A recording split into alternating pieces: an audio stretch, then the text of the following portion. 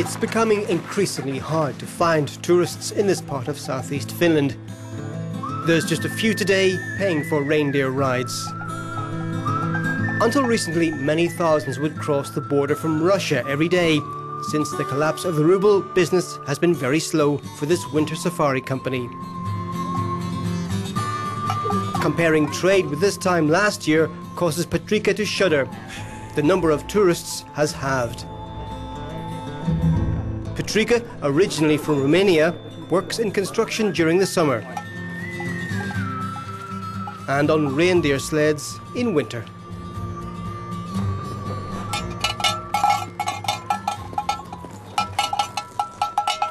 Animal I have to find when it's small, and I have to learn with him and don't be scared, and step by step it's coming. 1 year ago we had here row people waiting for reindeer road.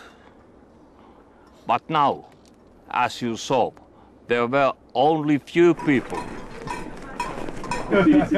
After the sled ride, a warming barbecue featuring reindeer sausages. The Lappeenranta region has steadily built up its tourism industry since the end of the Cold War, attracting visitors from St. Petersburg over the border. We'll continue to holiday here regardless of politics or fluctuations in the exchange rate. We can always find the money for holidays because the situation's not as desperate as it might seem. I like it a lot here. It's fun and it's beautiful. I'm going to ride with the reindeers and then I'll sledge on the hills.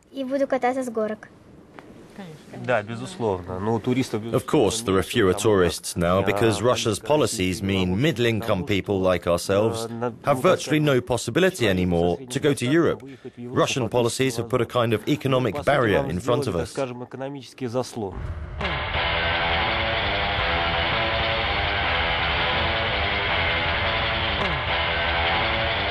We head to Valima, the region's biggest border station.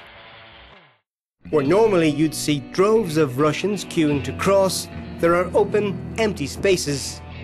Few tourists, few shoppers, less business for locals.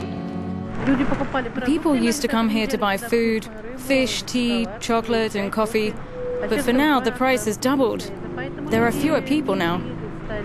The crisis comes from difficult international relations. Sanctions from both sides means less trade, and everything's become too expensive. In Russia, we get our salaries in rubles, and here we have to pay in euros, but not everyone can still afford to come. This crisis will last 2 more years. I would like to see the crisis ending sooner. I like to travel. It's important for me. And I hope the crisis won't affect personal relations between Russians, Finns, French and all other people.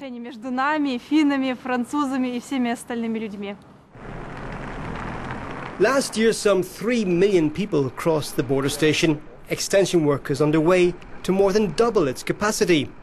Over-ambitious? A waste of European taxpayers' money? No, says Timo, the border station's deputy chief. He says he's seen it all before. That kind of situations we have had many times during Vaalima's history, for example, 99, 2010 and so on. But then after these crisis times, passengers just are starting to travel again.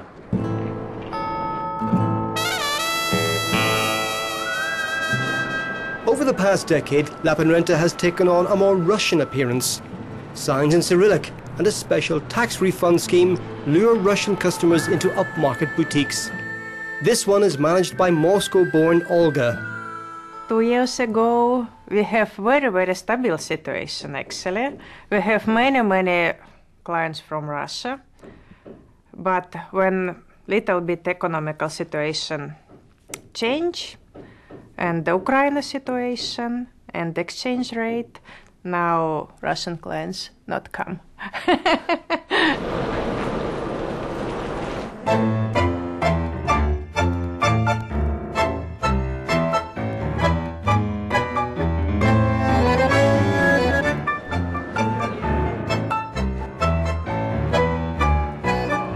Some of shops has closed the door.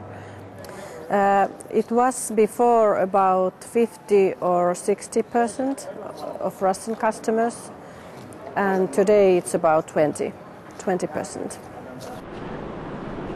Nevertheless, new shopping malls are still sprouting in the city.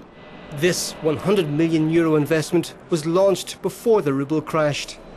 The city's mayor tells us that 2013 was a record year when Russian tourists spent some €300 million. Now, because of the crisis, trade has plummeted and unemployment has risen. But the mayor still believes in a bright future. Up to 2025, we expect the number of visitors from Russia and the turnover generated by Russians here will quadruple. There's still huge potential from Russia. But in the current climate, further shop closures seem a more imminent reality.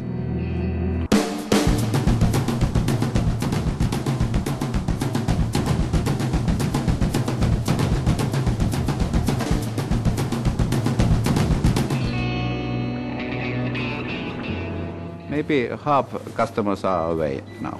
This coming season, we are maybe in the half turnover this year.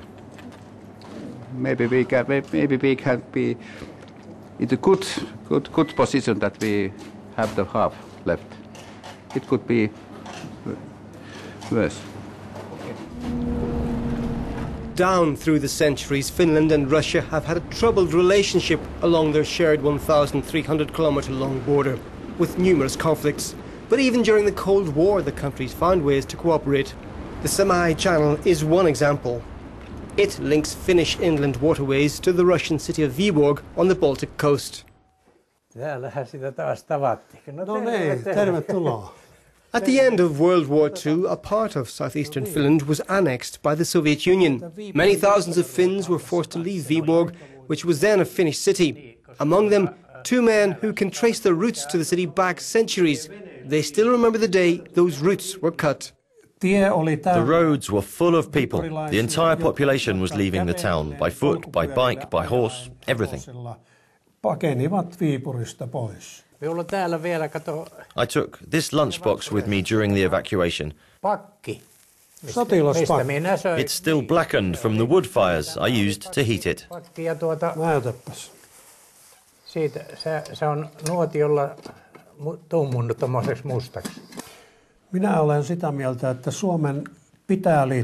My opinion is that Finland should absolutely become a member of NATO. It's important for the country's security. If Russia were to try the same trick again, Finland would be better protected. Public support for NATO membership is growing in Finland, though there's not a consistent majority. It's unclear if that will change with upcoming elections. In the meantime, there's little prospect for an upturn in border trade in this region.